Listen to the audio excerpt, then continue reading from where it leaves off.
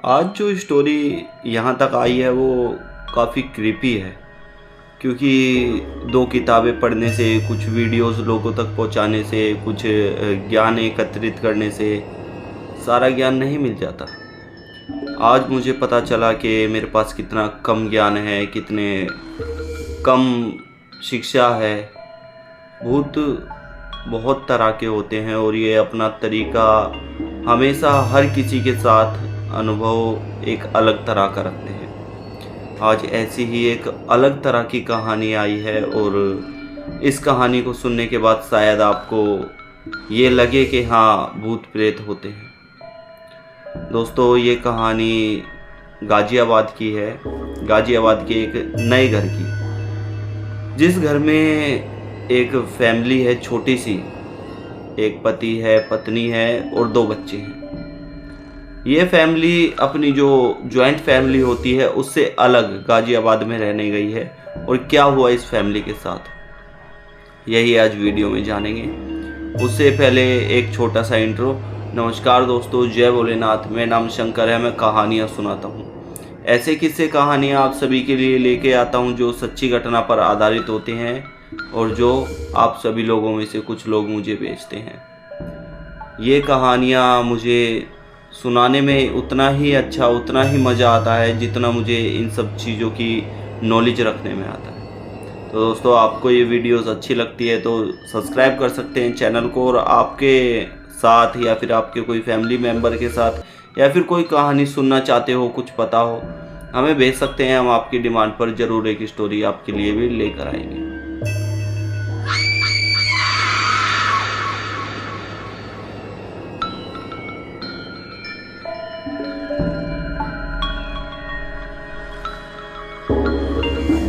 कोमल और किशन ने एक फैसला लिया कि हम अपने नए घर में जाकर रहेंगे, जो हमारी फैमिली ने लिया है हमारे लिए, वहाँ जाकर रहेंगे।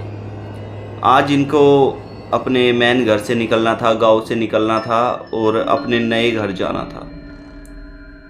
दोनों बेहद खुश थे। दोनों अपने बच्चों को भी लेते हैं और सीधा अपने नए घर की तरफ पहुँच जाते हैं। ये नया घर दिल्ली से थोड़ा आउट पड़ता है, क्योंकि ये एनसीआर में आ जाता है। ये नवेड़ा की तरफ एनसीआर का एरिया पड़ जाता है।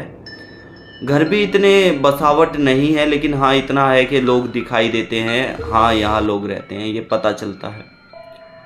दोनों आ जाते हैं। यहाँ पे आने के बाद दोनों अपना सामान जब उतार रहे थे टैक्सी के अंदर से, तो ये सामान अपना काफ़ी ज़्यादा लेकर आए थे, क्योंकि इन्हें यहाँ पर रहना था, बसना था, एक नया घर दोबारा से बसाना था।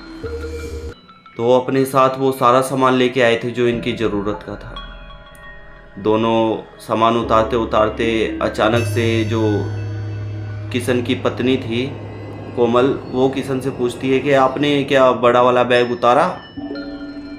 किशन एकदम जाकर देखता है जब टैक्सी के अंदर, तो बैग टैक्सी के अंदर नहीं था।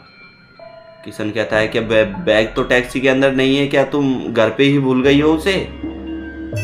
जो किशन और कोमल के बच्चे थे, अंकित और आरती, एक लड़का और लड़की, वो इनसे पहले ही उतर के घर के अंदर जा चुके हैं और घर के अंदर जाके खेलना शुरू कर दिया है। इन्होंने देखा आसपास का माहौल काफ़ी ठीक ठाक है, जैसा गांव में होता है कि दोपहर को सब सो जाते हैं और एक दूसरे से बातचीत इतनी खास नहीं हो पाती। शाम को सब इकट्ठा होते हैं, तो इन्हें दोपहर के समय पे भी यहाँ पे काफ़ी बच्चे खेलते हुए मिले हैं, जिनके साथ ये खेलने लगे। किशन कहता है कि बैग तो शायद हम भूल गए हैं, चलो अंदर चलते हैं। ताला खोलते हैं, अंदर जाते हैं। अंदर जाकर जब पूरे घर का मुआयना कर रहे होते हैं, रसोई में जाते हैं, तो कोमल देखती है कि वो बड़ा बैग रसोई के अंदर रखा हुआ है, जबकि ताला किशन ने अपने हाथ से खोला था। किशन को आवाज़ देती है कि सुनो, ये बैग क्या तुम अंदर लेकर आए हो? नहीं, मैं नहीं लाया बैग अंदर, तुम लेकर आई होगी, और ये तो था ही नहीं बैग टैक्सी के अंदर। पता नहीं अंदर कैसे आया बैग। बैग के ऊपर एक कटोरी रखी हुई थी। जब कोमल इस कटोरी को उठाती है तो ये कटोरी बेहद गर्म थी, हद से ज़्यादा गर्म कटोरी।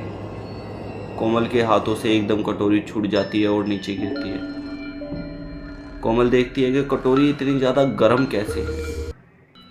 अब कोमल और किशन ने जो अपने बच्चों को संस्कार सिखा रखे थे, सिखाने भी चाहिए, आजकल के बच्चों में नहीं होते शायद।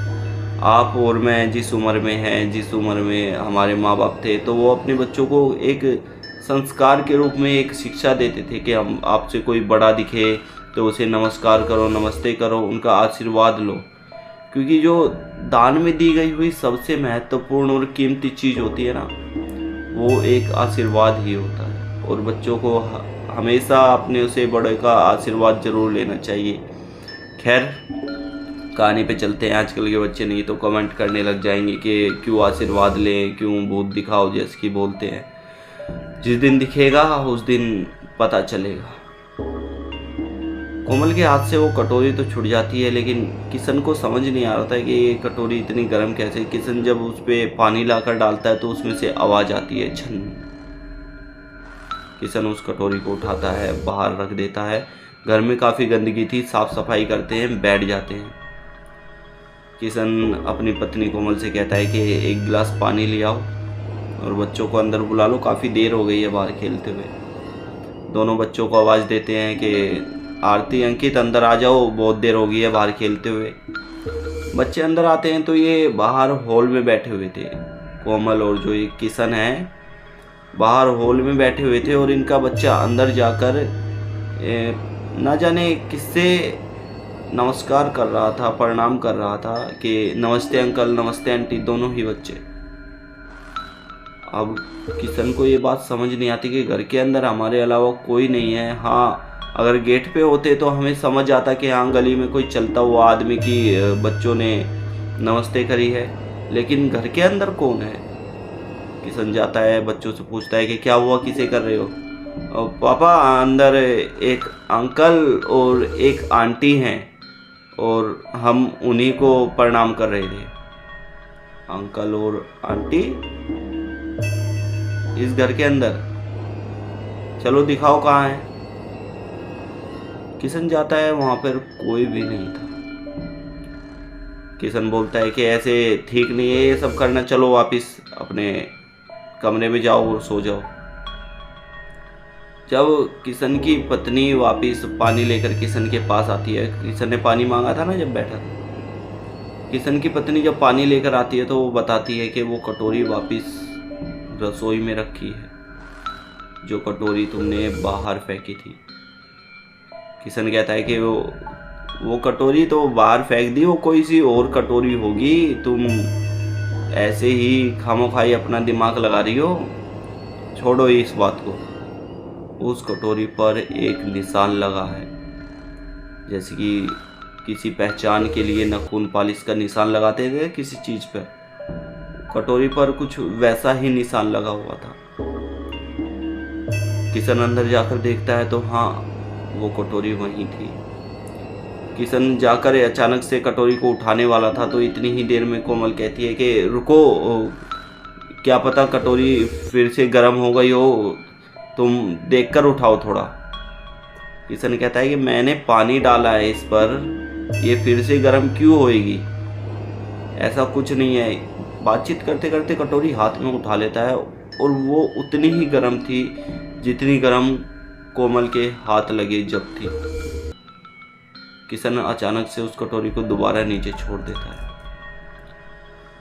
दोनों समझ चुके थे कि कुछ ना कुछ तो गलत हो रहा है, कुछ ना कुछ तो अजीब है, कुछ ना कुछ तो है इस घर के अंदर। किशन कहता है कि अगर तुम्हें कुछ अजीब लग रहा है तो मैं आस पड़ोसी से पता करता हूँ, कुछ मिल जाए तो, कुछ पता चले तो। किशन पड़ोसी के पास जाता है और जो उसे जानने को मिलता है वो दिल दहला देने वाला था।